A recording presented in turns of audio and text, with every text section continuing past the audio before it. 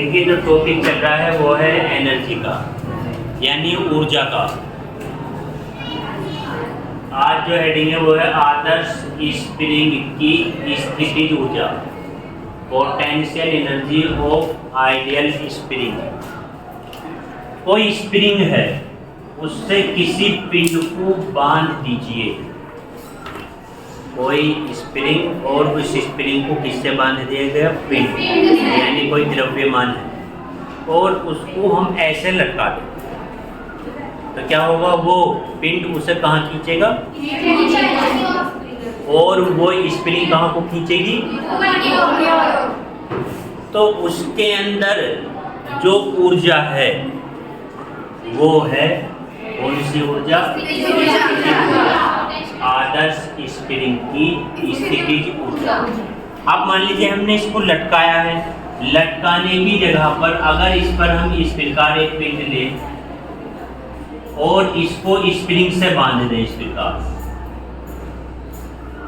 यहाँ जो पिंड आ गया इसका जो द्रव्यमान है वो क्या मान लीजिए? इसका द्रव्यमान m मान लिया। ये बिंदु कहाँ पर रखा हुआ है? A पर। उसके बाद हमने क्या काम करा?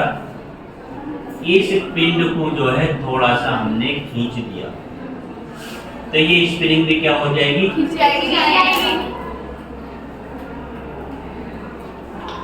और इसको यहाँ पर बिंदु B पर ला करके रोक लिया। अब ये स्प्रिंग क्या कर रही है? इसे इधर को खींच रही है, और हम किधर को खींच रहे हैं? तो इस स्प्रिंग के अंदर जो है एक ऊर्जा है जो इसे अपने पास की ओर को खींच रही है। अगर इसे हम छोड़ दें वहां से यहाँ तक की दूरी हम छोटी दूरी मान लेते हैं dx, बहुत छोटी दूरी, तो क्या होगा? ये जो पिंड है कहाँ आ जाएगा? पास को आ जाएगा।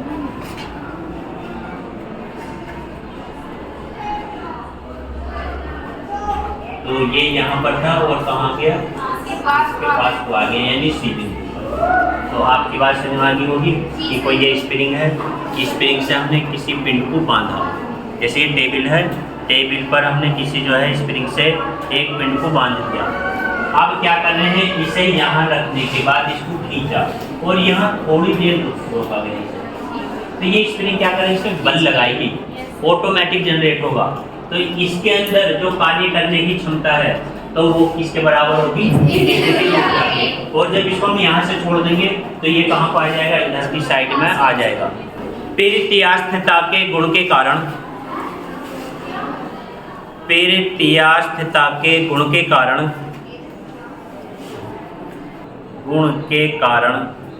कोई भी स्प्रिंग खींचे जाने अथवा दबाए जाने पर, खींचे जाने अथवा दबाए जाने का विरोध करती है। अतः जब किसी स्प्रिंग को खींचा अथवा संपीड़ित किया जाता है, खींचा अथवा संपीड़ित किया जाता है, संपीड़ित किया जाता है, यानी संपीड़ित का मतलब है उसे दबाया जाता है, संपीड़ित किया जाता है, तो स्प्रिंग की पेरिटियास्थता के विरुद्ध, तो स्प्रिंग की पेरिटियास्थता के विरुद्ध कुछ ना कुछ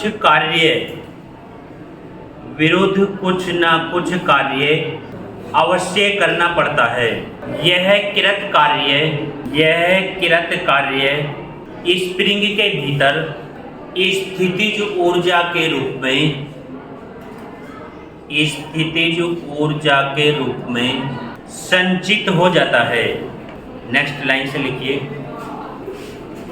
माना कोई स्प्रिंग बिंदु O से बंधी है, जिसके दूसरे सिरे पर एक स्मॉल m द्रव्यमान का पिंड,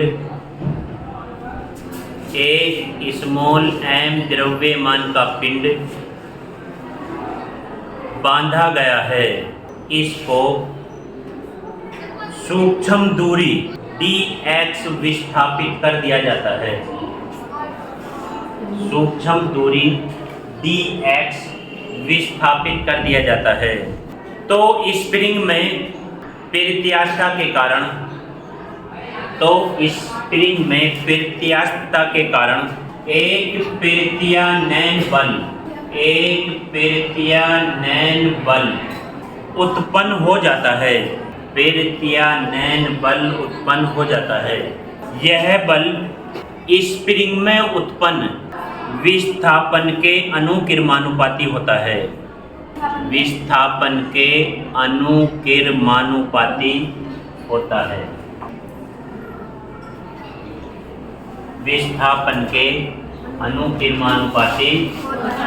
एक नाम आया इसमें प्रत्यानयन बल, एक इसमें नाम आया। बल तो आप जानते हैं, लेकिन स्प्रिंग के अंदर जो बल उत्पन्न होगा वो कहलाएगा प्रत्यानयन बल।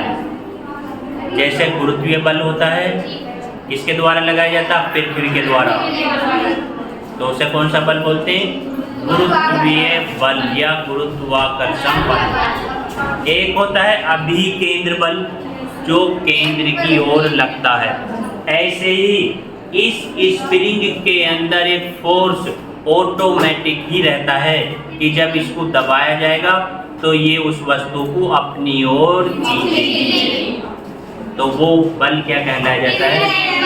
प्रत्यानयन बल कहलाए। और ये प्रत्यानयन बल जो होता है, ये निशान है अनुकिरमानुपाती का, और ये किसके बराबर होता है? x के।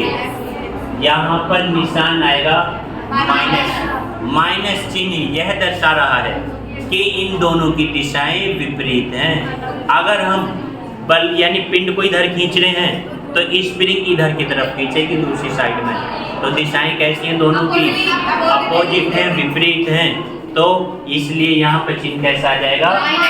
आप इस अनुकिरमानुपाती को हटा देते हैं तो F बराबर आ जाएगा माइनस का kx, जहाँ k क्या है? कांस्टेंट, या किसे बोलते हैं हम? k बराबर स्प्रिंग का नियतांक।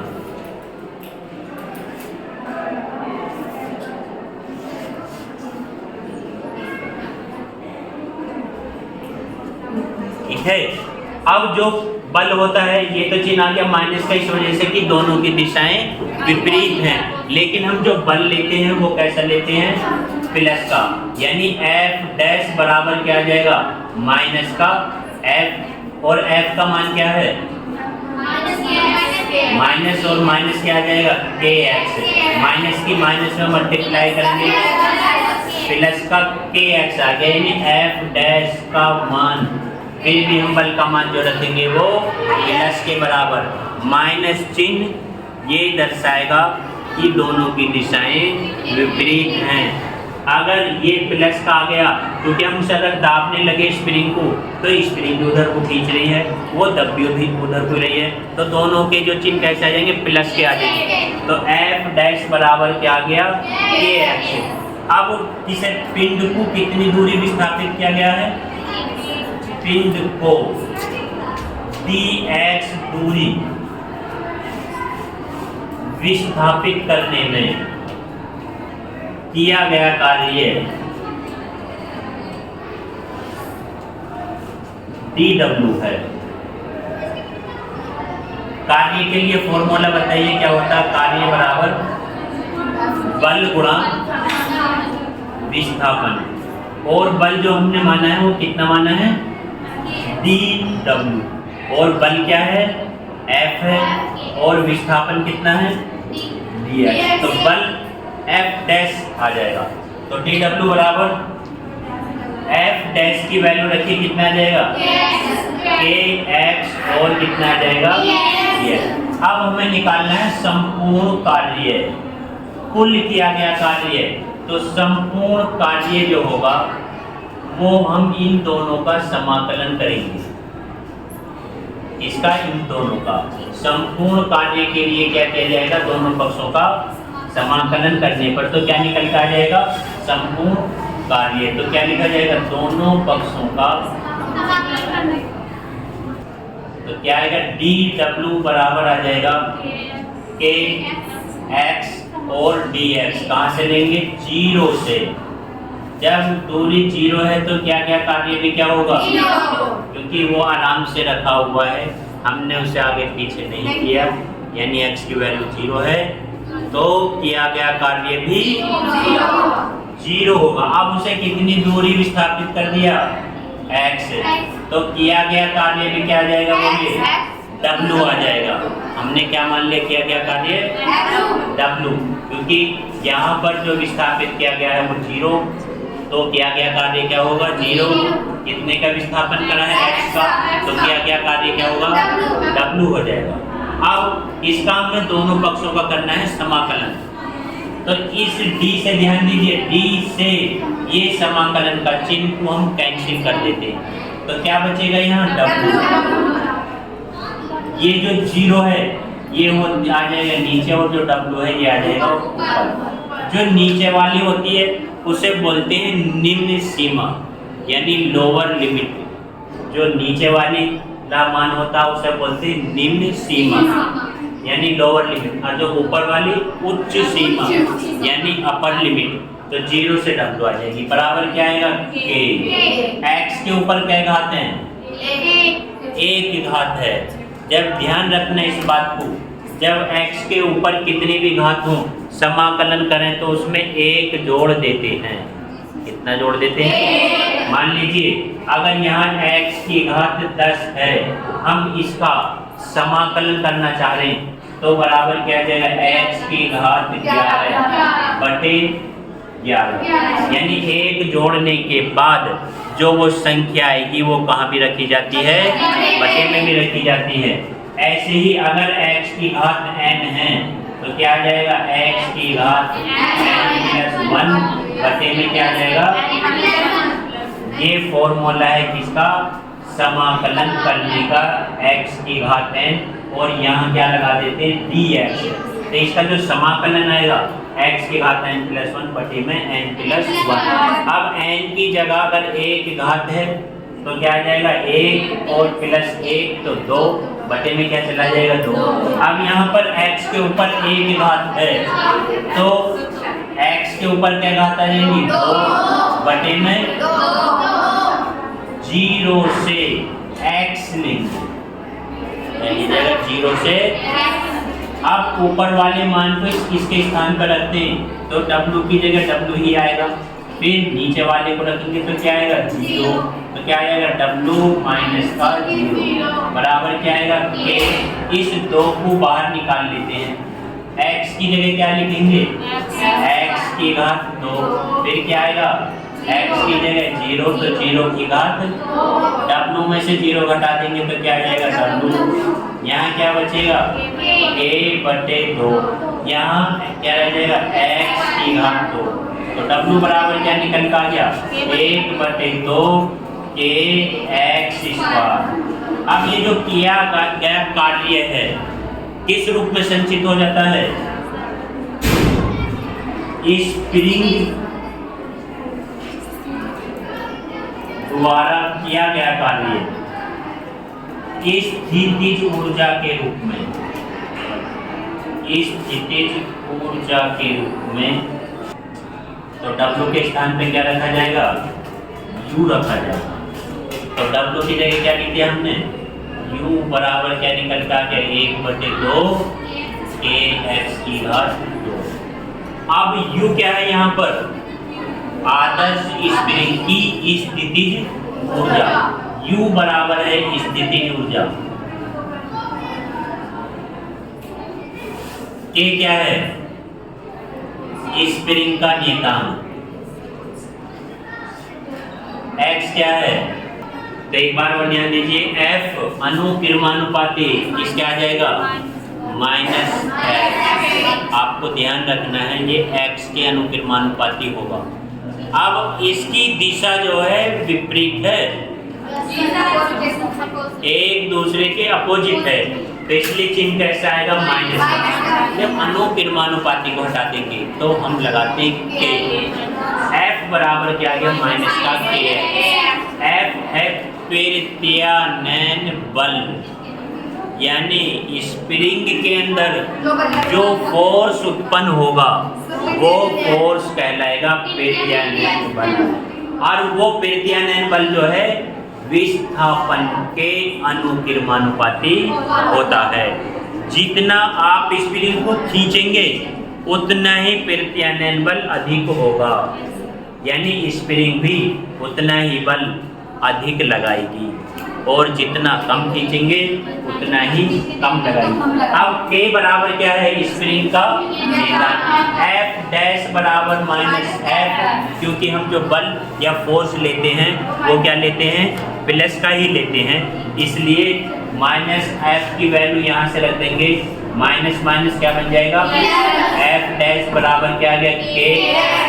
पिंड को dx दूरी विस्थापित करने में किया गया कार्य जो है वो है dw, यानी दूरी कितनी विस्थापित कर रहे हैं, dx, यानी छोटी दूरी, बहुत कम दूरी, तो इसलिए किया गया कार्य भी जो होगा वो क्या होगा, छोटा ही होगा, यानी यहाँ पर जो कार्य आ जाएगा वो dw आ जाएगा। आप जानते हैं कार्य बराबर बल गुणा क्या होता है, विस्थापन, तो कार्य बराबर बल गुणा विस्थापन, तो कार्य की जगह क्या आ जाएगा dw, बल F डैश गुणा विस्थापन की जगह क्या है, F डैश की वैल्यू हमारे पास है कि कितनी है, kx dx। अब हमें चाहिए संपूर्ण कार्य, और संपूर्ण कार्य हमें किससे प्राप्त होगा, समाकलन करने से, तो दोनों पक्षों का क्या किया जाएगा, समाकलन किया जाएगा, दोनों पक्षों का समाकलन करने पर। अब आपको ये बात ध्यान रखनी है, जो समाकलन होगा वो जब पिंड रुका हुआ है, पिंड तो रुका हुआ ही होगा, कहीं ना कहीं रखा हुआ, तो वो इसकी स्थिति क्या मानी जाएगी, जीरो। जब रुका हुआ है तो जीरो है। अब जब उसे आप खींच देंगे तो हमने कितने मान लिए, कितनी दूर चला गया, हम पर्टिकुलर जो है इसमें संख्या नहीं ले सकते, मान लीजिए कि 10 मीटर खींच गया, तो वो एक निश्चित आगे इससे सूत्र नहीं निकलेगा, फॉर्मूला जो निकलेगा क्या मान लेंगे कि x दूरी वो खींचा गया है, तो दोनों पक्षों का समाकलन करने पर यहाँ जीरो किया गया कार्य है, तो विस्थापन भी क्या है, जीरो। अगर विस्थापन जीरो है तो क्या गया कार्य भी, और किया गया कार्य जीरो है तो विस्थापन, फिर कितनी दूर विस्थापित किया गया, तो किया गया कार्य कितना होगा, इस d से ये समाकलन कैंसिल कर देते हैं, तो क्या बचेगा w, और k x के ऊपर क्या घात है, तो इसका रूल जो होता है समाकलन करने का, इसके ऊपर जितनी भी घातें हैं उसमें एक जोड़ दीजिए, कितना जोड़ दीजिए, आप इसके ऊपर क्या घात हैं, एक ही है, एक और जोड़ देंगे तो कितने आएंगे, दो, तो 2 बटे में क्या जाएगा, 2। अब ये 2 कहाँ जाएगा, बाहर, तो इसमें एक तो होती है उच्च सीमा यानी अपर लिमिट, एक होती है लोअर लिमिट। उच्च सीमा को पहले रखेंगे और निम्न सीमा को, तो उच्च सीमा क्या है यहाँ, w, पहले क्या रखा गया है, w, माइनस क्या आ जाएगा, बराबर क्या आएगा, k बटे क्या रखा जाएगा, s², माइनस क्या आएगा, तो क्या आ जाएगा, k बटे 2 x की बराबर, w बराबर 1 बटे 2 kx²। स्प्रिंग द्वारा किया गया कार्य इस स्प्रिंग में किस रूप में संचित हो जाएगा, स्थितिज ऊर्जा के रूप में संचित हो जाता है, और स्थितिज ऊर्जा को किससे नोट किया जाता है, u से, तो u बराबर क्या निकल कर जाएगा, 1 बटे 2 kx²। u क्या है, स्थितिज ऊर्जा किसकी, स्प्रिंग की, और k क्या है, स्प्रिंग का बल नियतांक है या नियतांक कांस्टेंट है, और x क्या है, विस्थापन है। नाभिकीय ऊर्जा, इसे समझ लीजिए, थोड़ा सा ध्यान कर लीजिए कि कोई 2 हल्के पिंड आपस में मिलकर के एक बड़ा पिंड बनाने के पश्चात वो एक दूसरे में टूट जाते हैं और उसके साथ साथ ही बहुत अधिक मात्रा में ऊर्जा उत्पन्न होती है। क्या होती है? बहुत अधिक मात्रा में ऊर्जा उत्पन्न होती है, जिसे हम क्या बोलते हैं? यानी एक बड़ा पिंड दो हल्के नाभिकों में टूट जाता है। इस प्रकार जो टूटना है उसके साथ साथ ही बहुत अधिक मात्रा में ऊर्जा उत्पन्न होती है, जिसको हम क्या बोलते हैं? ऊर्जा।